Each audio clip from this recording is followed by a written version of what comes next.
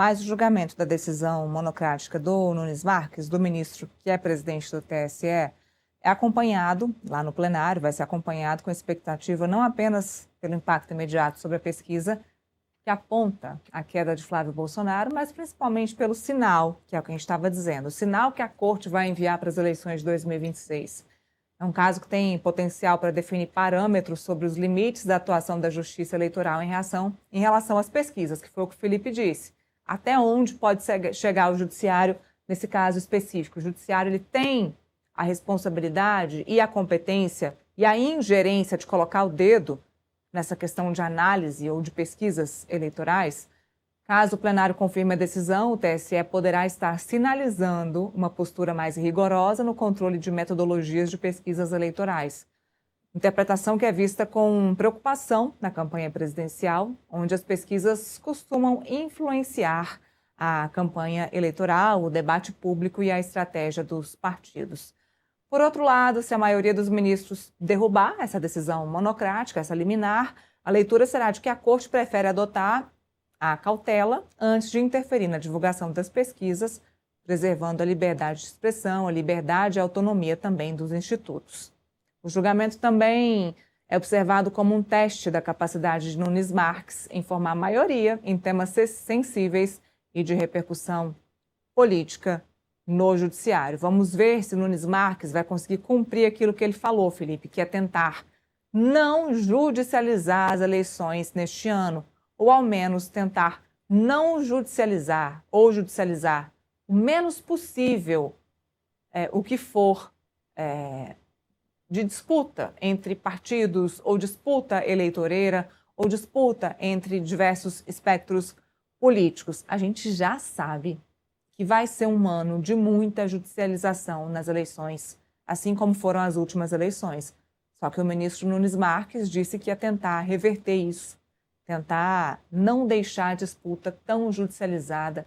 E aí ele fala também sobre a questão de censura, né? Ele tinha falado sobre a questão da censura, fazendo ali uma comparação de como foram as eleições passadas sob a batuta do ministro Alexandre de Moraes, que era o presidente do TSE à época.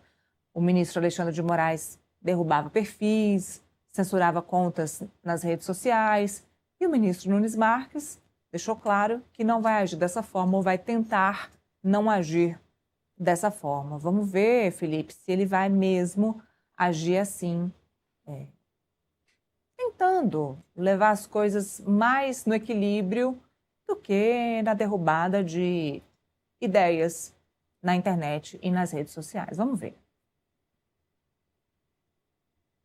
Vamos ver, Nila, vamos ver. Essa é a grande questão, né? Se o TSE e o Nunes Marques, com a nova configuração, irá mudar ou não, né, em relação à postura intervencionista do Alexandre de Moraes do TSE na configuração anterior, né? E pela primeira vez que o Nunes Marques foi colocado em xeque, né, com esse pleito do PL e do Flávio Bolsonaro, ele interviu dentro de um instituto, interveio, né, dentro do instituto privado, né?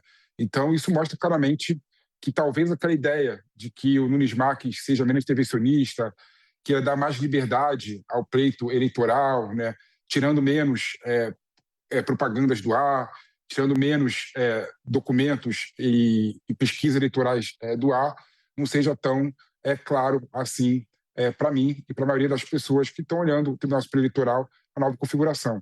Então, com toda certeza, o colegiado hoje, né, irá mostrar se o Nunes Marques consegue ou não, né, fazer a maioria e impor, né, uma decisão monocrática dele em relação a esse assunto. Na minha opinião, né, começou muito mal o Nunes Marques intervir numa metodologia do Instituto privado, né? E é bom lembrar, Nele, esse é um ponto importante, né? O áudio, né, na metodologia da Atlas Intel, né, quando você pega, por exemplo, o questionário, né, dizendo que quem se votaria para presidente da República, na induzida, na estimulada e na aberta, né?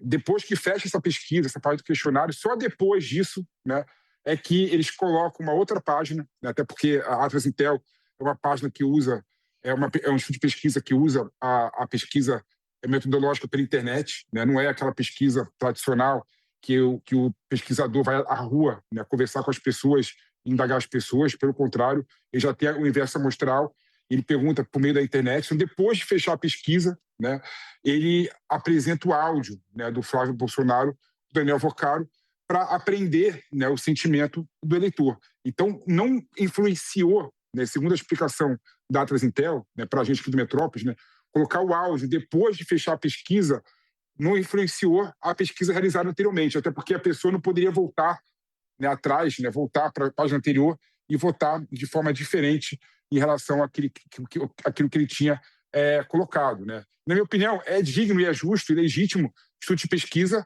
querer aprender, né, a opinião do eleitor em relação a esse assunto, né, em relação ao áudio do Daniel Vocaro com o Flávio Bolsonaro. Né? Não tem nada a ver com influenciar a pesquisa, influenciar o eleitor, induzir o eleitor, como quer dizer Nunes Marques. Nunes Marques não tem competência, né, técnica para analisar e para avalizar metodologia de pesquisa eleitoral. Por isso que, na minha opinião, é uma intervenção ilegítima, ilegal do Nunes Marques dentro do processo eleitoral. E eu espero que o plenário do TSE decida de forma definitiva que não cabe ao TSE intervir em instituto de pesquisa privado. Bom, a Atlas Intel